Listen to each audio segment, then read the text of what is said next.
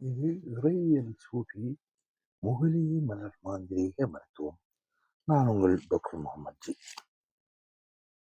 இந்த துறை, அதாவது சென்ற பதிவின் தொடக்கம், இந்த துறையை பற்றியும், அதாவது இன்னும் இந்த முராகபா, ஒப்பந்தம் செய்தல், இவைகளின் அடிப்படையில் அடுத்த பதிவான இந்த பதிவை நான் உங்களுக்கு இடுகின்றேன். இந்த துறையில் ஆர்வமாக இருந்தால், அதாவது இந்த கலை, ஜின்களை, அதாவது மறைவான சக்திகளை வசப்படுத்தும் அந்த கலையில், அந்த துறையிலும் நீங்கள் ஆர்வமா இருந்தால், உங்களது அஸ்மாவுல் ஹுஸ்னாவின் ரகசியங்களை அறிய வேண்டும். அஸ்மாவின் ஹுஸ்னா என்று சொல்வது, அஸ்மாவுல் ஹுஸ்னா என்பது இறைவனுடைய திருநாமங்களை சொல்வார்கள். அதனுடைய ஆத்மீக பலன்களை நீங்கள் துருவி, அதாவது சரியான முறையில் அறிந்து கொள்ள வேண்டும். அந்த வகையில் இல்முல் ஜாஃபர், எழுத்துக்கள் மற்றும் எண்களின் ஆன்மீக அறிவியல் பற்றி தெளிவாக அறிதல் அவசியம். ஒரு பொருளின் மீது கவனத்தை நிறுத்தும் பயிற்சிகள், திக்ர் முறை பயிற்சியும், ஆன்மீக சக்தியை பெருக்கிக் கொள்ளும் மறைவான ஆற்றலுடன் தொடர்பு கொள்ளவும் 2 முறைகள் உள்ளன. ஒன்று திக்ர்-ஐ பஷார், அடுத்தது திக்ர்-ஐ அஷ்ஃபாத் போன்ற முறைகள்.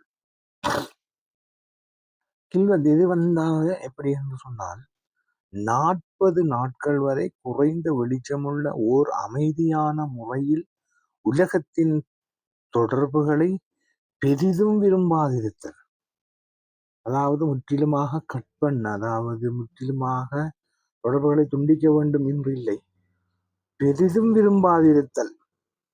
இந்த நிலைதான் முக்கியமான ஒரு விஷயமாக கருதப்படுகிறது. இதிலே மூச்சு பயிற்சியும் இருக்கிறது. அதாவது பாசி அண்ட் பாஸ், சரிதானே?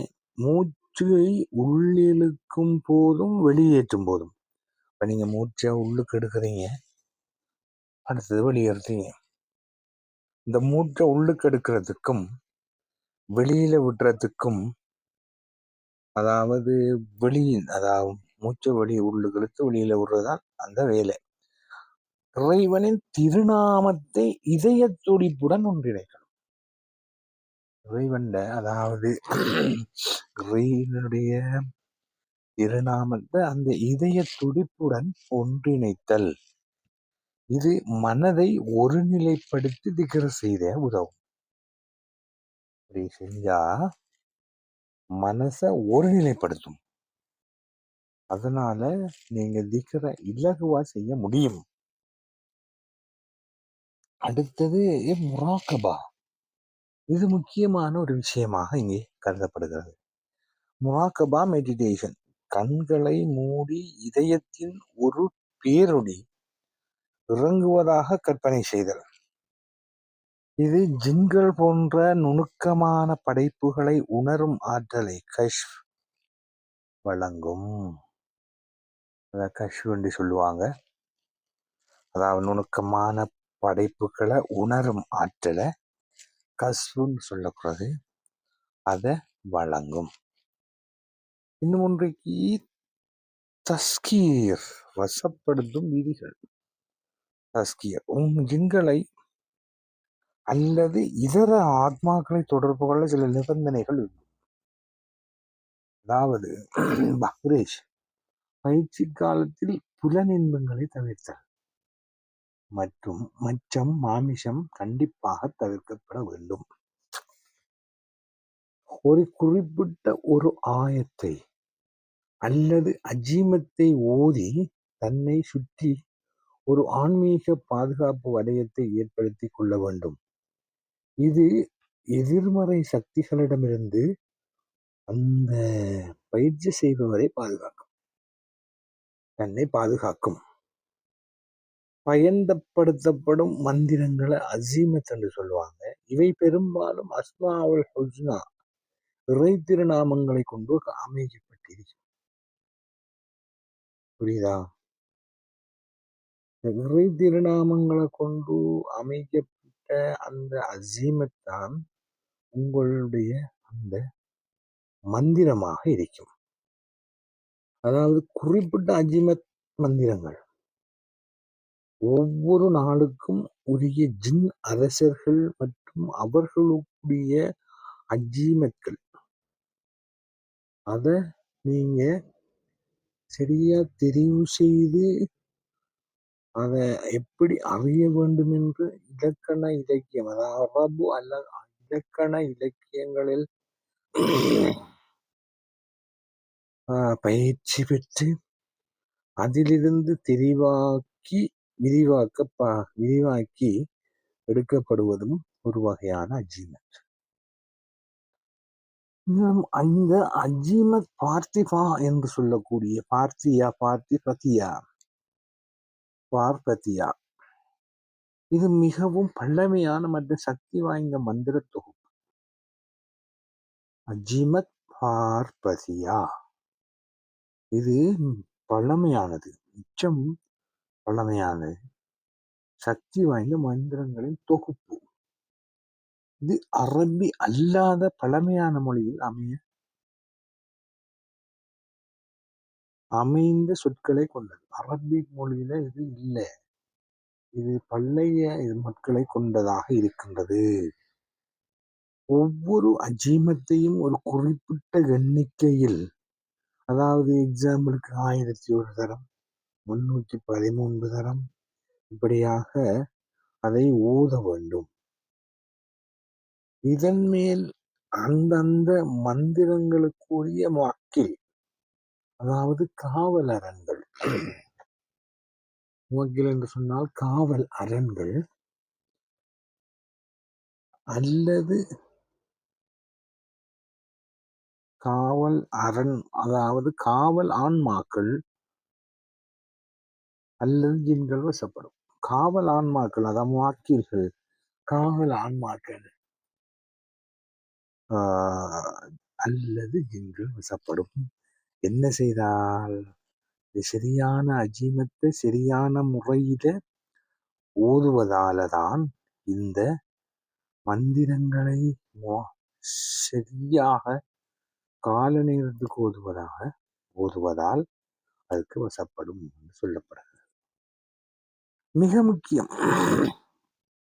மிக முக்கியமாக ஆன்மீக நூல்களில் இவை விரிவாக்கப்பட்டிருந்தாலும் இவற்றை செயல்படுத்துவதில் ஒரு ஆன்மீக குருவின் வழிகாட்டுதல்கள் இன்றி செயல்படுத்துவது மிக மிக ஆபத்து. இதை நீங்க தெளிவா புரிஞ்சு கொள்ள வேண்டும். எப்படி சொன்னா, இதை நீங்க ஆன்மீக நூல்களையோ இந்த விஷயங்களையோ செய்வதாக இருந்தாலும், இதை விரிவாக்கப்பட்டிருந்தாலும் இவற்றை செயல்படுத்துவதற்கு ஒரு ஆன்மீக குருவின் வழிகாட்டுதல் இன்றி செயல்படுத்துவது மிக மிக ஆபத்து. அதாவது ஒரு குருவோட வழிநடத்தல இதை செய்யாட்டி ஆபத்துக்களை தான் நீங்க சந்திக்க வேண்டி வரும்னு சொல்லி தெளிவாகவும் விரிவாகவும் குறிப்பிடுறாங்க. அதாவது இத்தகைய அஜீமத் மற்றும் தஸ்கீர் பயிற்சிகளை ஒரு ஆன்மீக குருவின் அனுமதியுடனும் கண்காணிப்பும் இன்றி செய்வது ஆத்மீக ரீதியாகவும் மன ரீதியாகவும் உடல் ரீதியாகவும் பாதிப்புகளை ஏற்படுத்தும். புரிஞ்சா? இப்ப நேரடியான வந்த அஜீமத் மற்றும் தஸ்கீர்களை, அந்த பயிற்சிகளை ஒரு ஆன்மீக குருவின் அனுமதியும் கண்காணிப்பும் இன்றி செய்வது ஆத்மீக ரீதியாகவும் மன ரீதியாகவும் உடல் ரீதியாகவும் பாதிப்புகளை ஏற்படுத்தும். இதை திட்டவட்டமாகவும் தெளிவாகவும் குறிப்பிடுகிறார்கள் சூஃபி மகான்கள். இதன் நோக்கம் என்னன்னா, இவை உலகியல் இலாபங்களுக்காக அன்றி ஆத்ம ஞானத்திற்காக மட்டுமே பயிலப்பட வேண்டும். மனிதர்களுக்காகவும் உதவிக்காகவும் சேவைக்காகவும் உலகியல் இலாபங்களுக்காக இல்லாம ஆத்ம ஞானத்திற்காக மட்டுமே பயிலப்பட வேண்டும். அதுக்குள்ள அடங்குகின்ற விஷயங்கள் என்னன்னு சொன்னா, மனிதர்களுக்கான உதவிக்காகவும் சேவைக்காகவும் இதை பயன்படுத்தலாம் என்று சொல்லப்படுகிறது. இந்த பதிவின் நோக்கத்தை நீங்கள் புரிந்து கொண்டிருப்பீர்கள் என்று நான் நம்புகின்றேன். இந்த பதிவு இதற்கு முன்னால் உள்ள பதிவின் தொடர் பகுதியாக இருக்கிறது. இந்த பகுதியிலே நான் உங்களுக்கு குறிப்பிட்டது போல் மீண்டும் இந்த பதிவினுடைய ஆழமான, விரிவான, தெளிவான விளக்கங்களையும் உங்களுக்கு நான் தர காத்திருக்கின்றேன். ஆகவே நண்பர்களே, உங்களை நீங்கள் தயார்படுத்திக் கொள்ளும் பொருட்டு ஒரு குருவின் அந்த வழிகாட்டுதலை பின்பற்ற விரும்பினால், நீங்கள் இந்த கலையை பயன்படுத்த விரும்பினால், இந்த கலையை நீங்கள் படித்துக் கொள்ள விரும்பினால், உங்களை நீங்கள் தயார்படுத்திக் கொள்ளுங்கள் என்று கூறி இந்த பதிவிலிருந்து நான் விடைபெற்று மீண்டும் அடுத்த பதிவில் சந்திக்கும் வரை விடைபெறுகிறேன். வசலாம்.